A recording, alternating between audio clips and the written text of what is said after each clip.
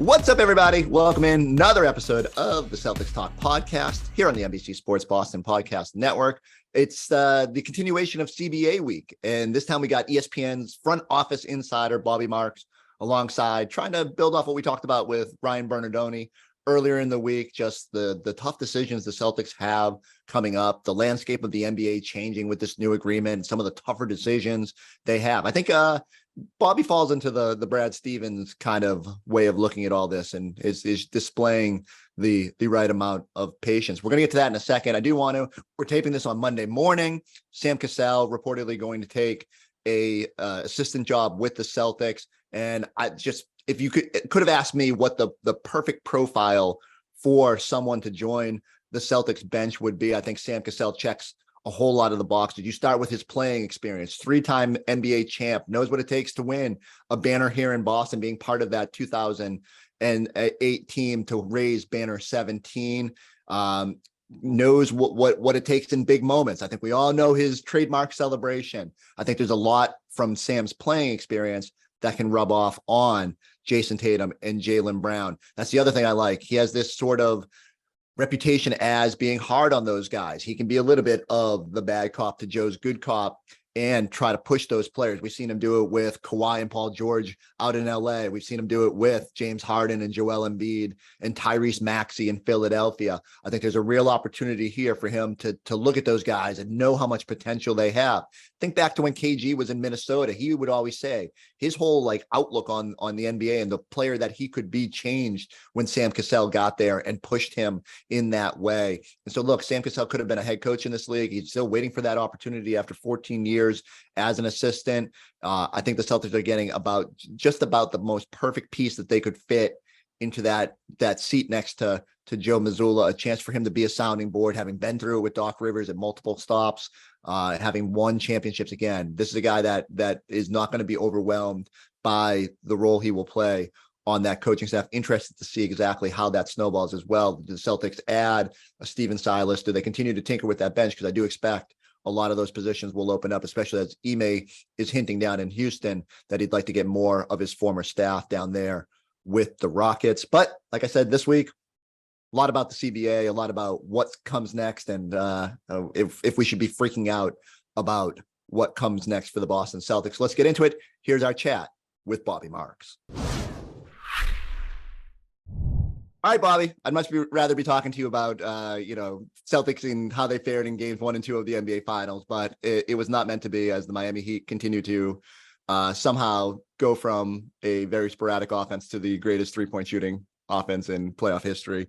Before we get into the cap stuff, though, I do want to ask you this. So the big news here in Boston, Celtics reportedly hiring Sam Cassell to be an assistant coach. You were part of the building not only coaching staffs, but assistants. And how important is that?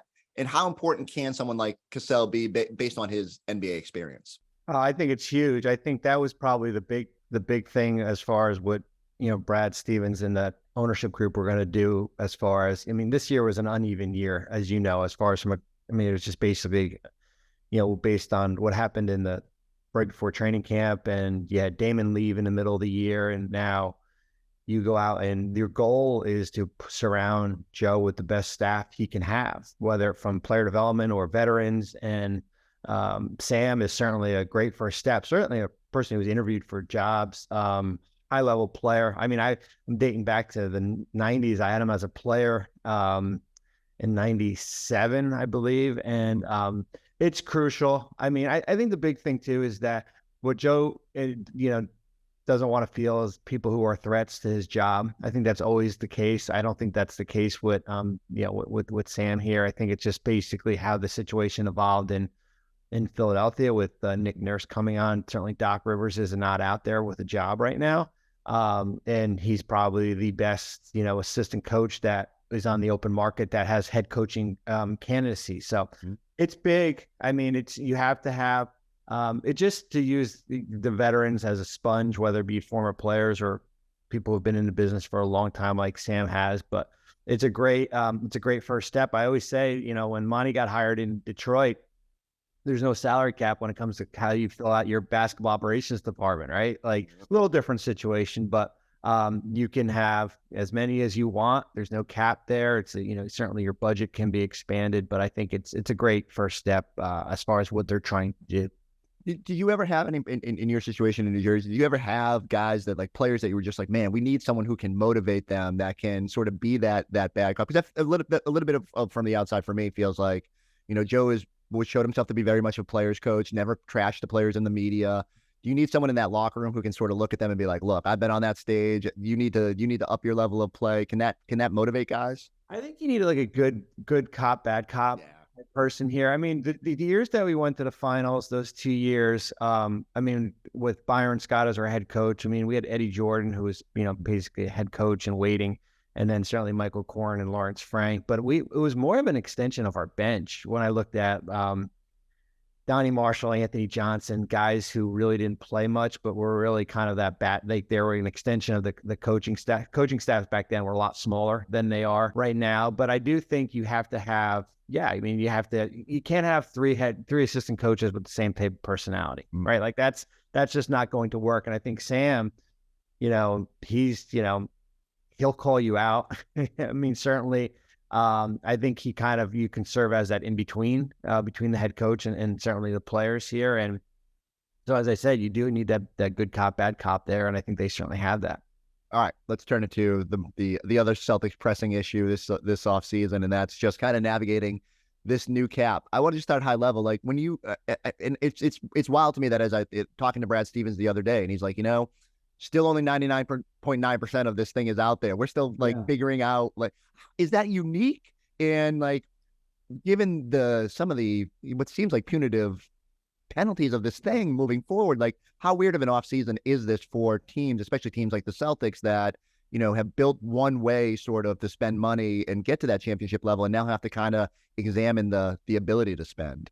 Well, considering that in 2011, after the lockout, we basically had 2 weeks to learn the rules, and the season started in end of December, and we still learned on the fly. It's not in that ballpark. I'm not putting it there. I think we're in a lot better spot than we were back in, I guess it was April or maybe late March, when they verbally agreed or handshake agreed, and we're basically getting piecemeal information as far as what these new rules were going to look like. We're basically kind of learning on the fly. And then when the term sheet came out, I guess 3 weeks later, it's taken us for, time to digest. I always say that you get a better grasp of the rules when you kind of trial and error. Yeah. Like just going through different, like you don't want to be the one that fails, but just going through different experiences here.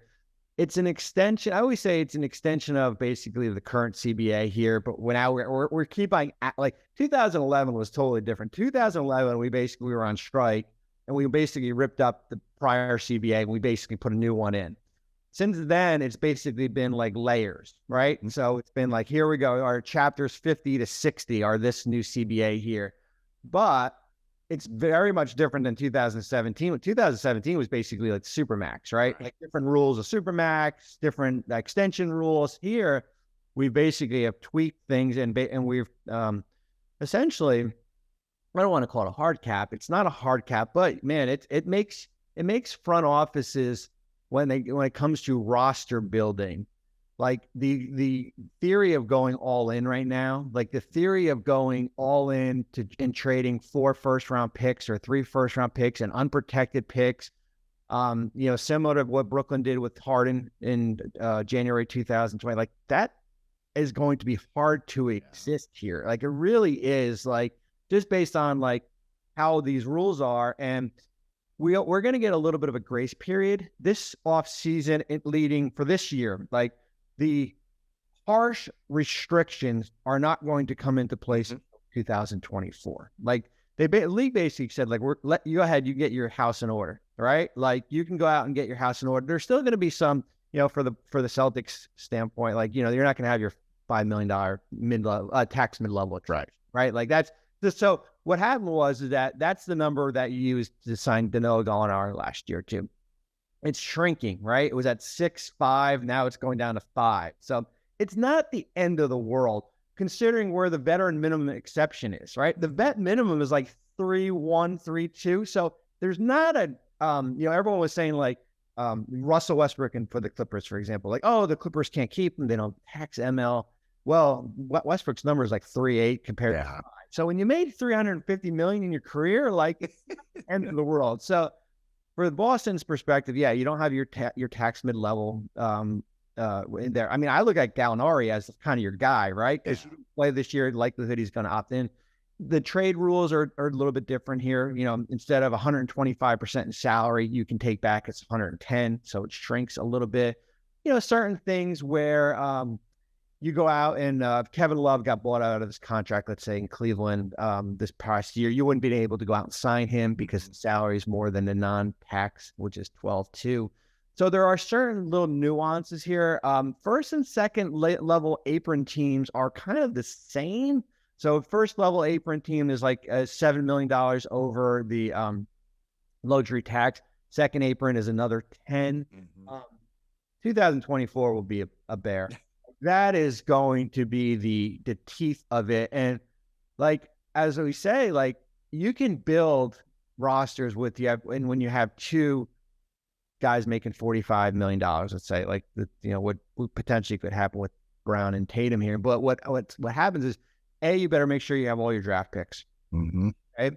So young players on inexpensive contracts or second round picks. B, you better have a good support system here, right? Like a good support system of complementary good role players on good contracts here, whether it be Derek White or Malcolm Brogdon or Marcus Smart or Robert Williams or Al Horford, that kind of group of guys here. What the unknown is going to be is what happens 3 years from now. 4 years from now, right? Like that's going to be the tricky part. And Denver is going to be a good example. I mean, the Denver Nuggets are the only team that has 3 players on max contracts: Porter, Murray, Jokic, right? Like Bruce Brown could be expendable. Jeff Green, likely expendable here. So for Boston's perspective, it's certainly short term, which is this offseason, right? So like, if you're looking at Grant Williams, how does Grant Williams impact us this year? How does he impact us 2024-25 long term? If the goal is, of course, to have both Tatum and Brown on supermax contracts here, but it makes decisions harder because come 2024, you can't if you're a second apron team, which Boston potentially could, you can't aggregate salaries to send out a trade. So like. You want to take back a $30 million guy. Well, you can't send out a $20 and an $8 million guy. You can't take back more salary. Certainly the draft pick rules, which we're still trying to digest. Like if you wanted to trade out a pick 7 years from now, that essentially is frozen. There's a potential. I mean, and you really have to be in the second apron like 3 out of 5 years. If you had the 14th pick in the draft, that goes to like pick 30, right? Like that's something that we're kind of in a holding pattern to see how that is. So that makes it, I guess, a quasi hard cap because it makes decisions harder than they would have been 2 years ago, where basically under the old CBA or the current, I guess we call it the current one, like basically you had just to decide, hey, do I want to be a luxury tax team and how much do I want to pay? And do I want to become a repeater tax, which is like 4 to 5 years, right? How much do I want to pay? Like that was always going to be the big question. And now we add another layer of rules here where it's going to be harder. Are they fair? I'm still in that, I guess, minority where I thought like, if you draft and develop and retain, why do you get penalized, right? Like, why should you pay 100% on the dollar for Jaylen Brown or Jason Tatum guys that you draft, or Marcus Smart here? Is there a rule way we can massage that and maybe you're getting 50% on it, 50% on a dollar here? Same with the argument in Golden State here. So that's probably an argument for a different day. But for in the short term, listen, Boston will have decisions to make. I think the biggest one will probably be Grant. For me, I think, I think Grant will be just because of the short term and then long term, ramifications there. Well, let's start there. Like when you look around the league, because of the nature of this, I sometimes think those guys in the middle are going to get a little squeezed, right? Like I don't know if teams are going to be willing to give them, whether it's years or money. You got to trade a little cautiously. Are there teams out there that you see that have either the means to make an offer sheet for a Grant Williams? Should teams be more intrigued knowing that Boston is in a tough spot with him? Like, how do you see Grant's free agency playing out? Yeah, I mean, I think his number is anywhere from probably the non-tax mid-level, which is at $12.2 million on up, probably I would say 12 to 14. Yeah. So now you're looking at, and I'm working on an article that will come out later in the month, like kind of a spending tiers, right? We have different tiers on how teams can spend here. So now you're looking at the Houstons, the Orlandos, the Oklahoma City, San Antonio, maybe Indiana, right? Indiana potentially. Those teams that have Detroit, probably not. They've got a lot of bigs. Teams with cap space, right? Mm-hmm. Like what team is going to go out and make an offer sheet? I think for Houston, like certainly they're going to go big game hunting, big names here. Offer sheets are not as, we saw DeAndre Ayton last year. Teams don't like to have their cap space tied up for multiple days here. So I think if you're Boston, 4 for 48, does that make sense for you? Because I think you could always move it down the road. Right. Just because you sign a guy doesn't mean you're stuck with him here. Do I think a team would come in and offer him 17, 18? It's a rich number, right? It's a big number here. So I think that the non-taxman level number is probably the starter number, and then you can kind of come there. And then I just think there's going to be a walkaway number, right? Like there has to be a walkaway number here. I don't know if it's going to come in free agency. I don't know if there's a $17 million number out there, unless you're a team that gets shut out from the Kyrie Irvings and the James Hardens and the Fred VanVleet here. There's a handful of teams that have that 12.2 number, the non-tax number. Cleveland and Sacramento and teams like that have that. Charlotte potentially have that number to go in and do an offer sheet. But that's the most they could do. So if you're Boston and you come in and the starting number is 12.2, it's not a bad number. And I know the concern is in 24 when a Brown Supermax could start, but it's still a pretty good number on a guy that can help you. Yeah, and I think that's where they around the number they were at when they were talking extensions last year. And I think Grant bet on himself and, kind of went into an awkward situation where Joe didn't play him at the end of the year. And I don't know how that'll affect his number. I think teams know what he is and what he can be.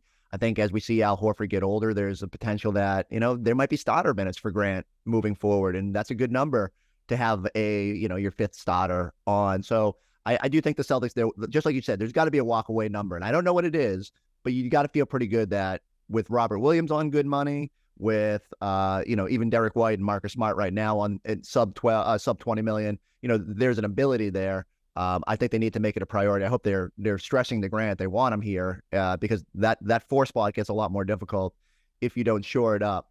Now let's go to the other big one, obviously, is Jaylen Brown. So you'll hear people up here talking crazy because the way the season ended and Jaylen had a bad game 7. Would there be any hesitation for you based on the new CBA and having 2 guys at the max? Do you just extend that super max and then say, again, we'll figure this out down the road? Or like, is it just better to have those 2 stars locked in?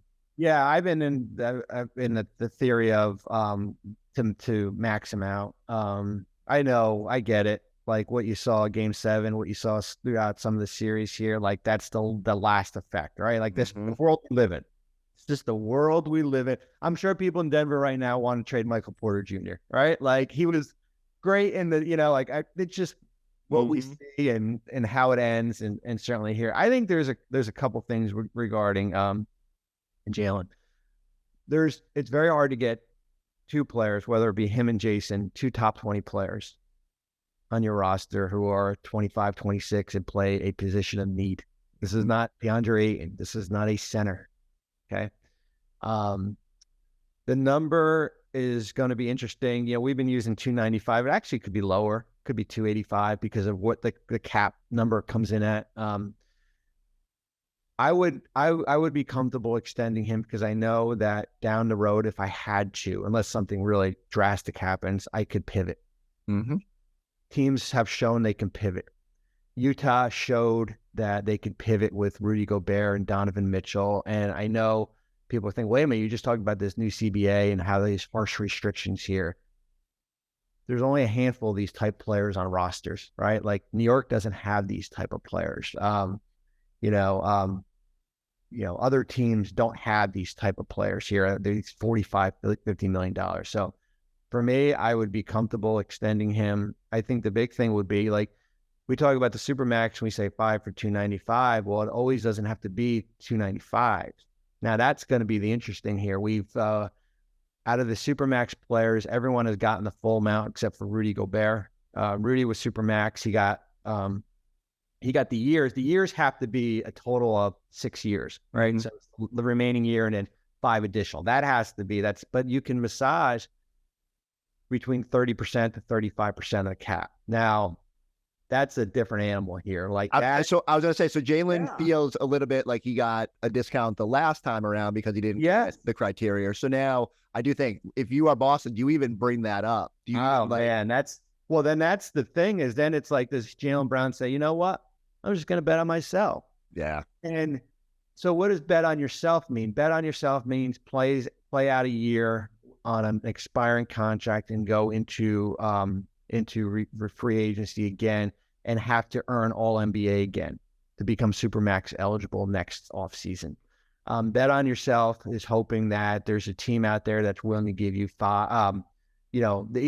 basically significantly less, right? So you play it season, you go into free agency, the most you can sign with another team is 4 years, $210 million. Do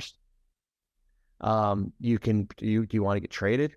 I mean, because that's probably the likelihood, right? I mean, Boston would have a guy in an expiring. That is I don't think they go there because I think that becomes all of a sudden like a non-starter. Right. Even if we say, hey, we're going to give you 35% of the cap and we're going to make the contract's going to be flat. Mm-hmm. Right. Or different mechanisms there. We do 33% of the cap here. I just think, hey, he didn't earn third team All NBA. It wasn't John Wall in Washington. Mm-hmm. Back in it was a one-hit wonder here. Second team All NBA means I know it's different based on positions and stuff like that. I think that still garners a pretty strong payday. And I thought his overall body of work, I thought he was one of the better players in the league after the All-Star break. But yeah, I would be fine giving him that full number, and then pivoting if I had to. Yeah. One of the interesting parts about Jaylen is he has some incentives built into his current deal. Do those incentives carry over, right? They go away. Oh, really? Supermax, yeah, they'll go away. They'll go away in the Supermax there. And that's helpful for him then, because that would be concerning. Like there were some games played in there. Yeah. There was obviously some triggers that he'd have to hit to get the full money. So that's why I another reason I thought maybe they would tread very cautiously with just give him the full because and getting that again, that's a lot of money. But like I said, I think what I keep coming back to is that you sign Jaylen, you can't trade him for a year. You take that off the table. You play out 23-24. You see how it goes. And then, if you got to make really tough decisions in 24, that's probably going to happen no matter how this thing shakes out, with their roster. But one interesting thing is it feels like teams are going to have to scramble here in this offseason to start getting their house in order, right? Yeah. I mean, if Boston does commit the Supermax to Jaylen, let's say July 1st they do that, how do you think the trickle-down effect will be? I still think there's room for Grant because of the number, depending on the number. But do they have to move one of these trio of guards? It feels like there's got to be Brogdon, Smart. It's hard to say White because of how good he's been since he got here. But one of those guys probably has to go, right, to sort of start lining up the ducks. I mean, you could take that approach. I think the positive thing is that the extensions stagger, right? So Brown and Tatum. So Brown, you can sign the offseason, doesn't start until 24, 25. Tatum next offseason doesn't start to the following year. So they're not coming in all at the same time.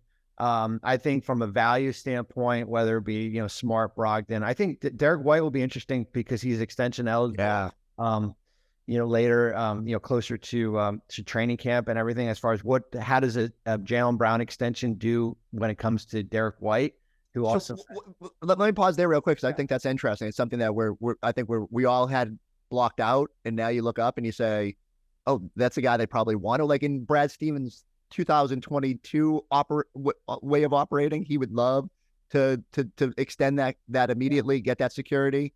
What sort of money would Derek White be looking at off of, I think he's making 19. Yeah, he's got 2 years left on his contract. I think it's like 3 for 87, somewhere around there. It's not, terrible money. I mean, it's certainly an increase off his, $17, $18 million contract that he's earning. The positive that he has 2 years left. So it's not like he's going into a walk year and you have to do something, and you have to do it by October 23rd. And there's basically like a 3-week window. September 30th it lifts, and then October 23rd it expires right before the start of the season. So you've got a window here. So I think if you're looking just to get, as you said, your house in order for 2024-25, which is next year, okay, then you could start tinkering with your roster now. Or do you want to wait until the next off season to figure out? I said this on TV last week. The one thing when you're building the roster here is like, it's almost like, back in the day, when you build those houses with cards, right? Like you just stack them and they look pretty.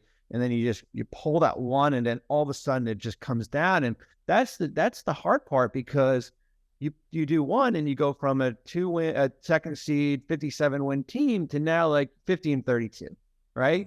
And then it starts to slide back a little bit here. And I think the good thing is that you have reinforcements with the 35th pick in the draft, which I think could be pretty good. Portland pick, and then you've got all your own. I know there's a swap down the road with San Antonio, but you've got your own first. So like you could have, like, if you feel that eventually Malcolm Brogdon down the road, like, all right, who's that replacement for him, right? And that's the other thing too. Like, you didn't see a healthy Malcolm, right? Like, that's the disappointment. Like, that's where you have to take like everything into account. Like, the guy that was during the regular season who won 6th Man of the Year wasn't the guy we had in the playoffs because of maybe his injury. So I think that's where you have to look at younger players who could be that next line of reinforcements here, or are in inexpensive contracts. Because when you get to 2024 next offseason, and you have Jaylen on a supermax, and Jason's in his last year, and you still have these contracts, then you have your supporting cast, but then you have the veteran minimum exception here, right? Like, you don't want to be in a position where you're constantly turning over your roster with 7 minimums every year, right? Like 7 one-year guys, and it just like the Lakers have been doing, because you had the 3 guys on top heavy contracts here. So I do think there is a window to be in a holding pattern, unless they want to, you want to take a proactive approach and start looking at 2024.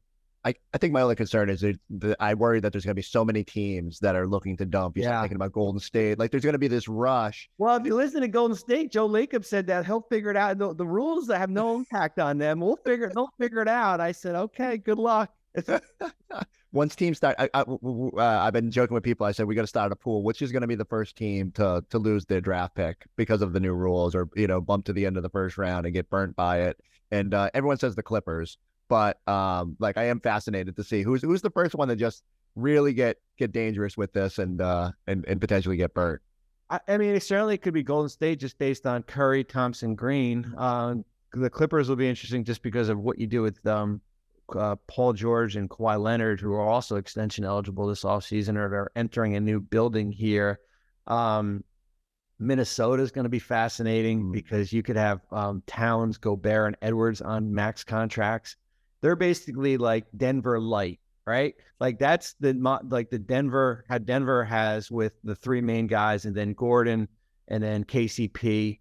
And that's I wrote their offseason article just when we were getting ready, whenever we have to put it out there. And like, so then you have to rely on Christian Brown, Peyton Watt, like your young players, right? Because you might lose Bruce Brown, Jeff Green here. That's where like the development stage of making sure you have first and seconds available, and make sure, it puts a lot of pressure on your draft, experts. It puts a lot of pressure on your personnel. Like what Miami has done is not the norm. Okay. Like, I'm sure owners out there are saying like, hey, how could we go out and get Gabe Vincent and Max Schutz and Duncan Robinson, all these undrafted guys here. Like that is not the norm here. To be able to hit on those guys is not the norm. And because it's buy-in and it's trust and stuff like that. And some teams certainly don't have patience here. But yeah, I mean, I think certainly with the Celtics, I think there's not a need to break it up or go in a different direction here. I hear all the rumors out there. I find it funny. Damian Lillard. And I said to myself, like, okay, Damian Lillard's making like $50 million. You're going to have the same problem, right? Like I'm good at math. I'm not great at math, but I still know 50 and 45 still takes on that big contract, and you're still going to be a second apron team. And then your roster's like, you're right. You still got to figure out the other things here, unless you just want to get, trade guys for trade guys. So, and that's what it is, Bobby. People are emotional and they just, in the moment, they want activity. And I keep saying, like, I think we forget how good of a situation they're in. Yeah. And sure, everyone's disappointed that they haven't been able to quite get over the hump and that they were on the doorstep last year and took a step back this year. There were some extenuating circumstances with that. And sometimes I do think you got to have a little rationality and I'm like, I get it. Owners are not happy to spend that money and not be there. And, Brad doesn't want to take a step back, but I'm glad that there seems to be a longer view being taken, because it's easy to forget when you're disappointed with how one game played out that there's still a pretty promising future. Yeah. I mean, and Eric Spoelstra said the right thing when all these coaching vacancies were open, when Monty Williams was let go and, certainly Doc Rivers in Philadelphia, it's like, and I've lived through constantly turning over coaches, right? Like you go out and it appeases the public if I said, you know what, Joe Mazzulla is going to be replaced today and we're going to hire Doc Rivers as the coach. Oh, great. Different voice, but what? Well, you know how much work, you got to reset everything, right? Reset, like you're playing catch up again. Right? It's like the substitute teacher coming in and becoming the full-time teacher. And Eric said, like, he's been there, 15 years? Like, yeah, every time you turn it over 3 years, like you culturally have to reset your organization, different philosophy, different beliefs here. And I think Joe's in a similar situation that Eric was, 13, 14 years ago. Like, is he perfect? No. Do we want him to call more timeouts? Yes. There are things do we want him to answer more questions in the press with more than one word answers? Yes. But I think that's where it comes from as far as Sam Cassell, who's the next coach, assistant coach they're going to hire. And look, I think you have to do like a self-reflection as far as what was good and what was bad here, or what didn't work. And that's why it's like, I think you have to be careful as far as breaking up your roster, because the East will continually be wide open.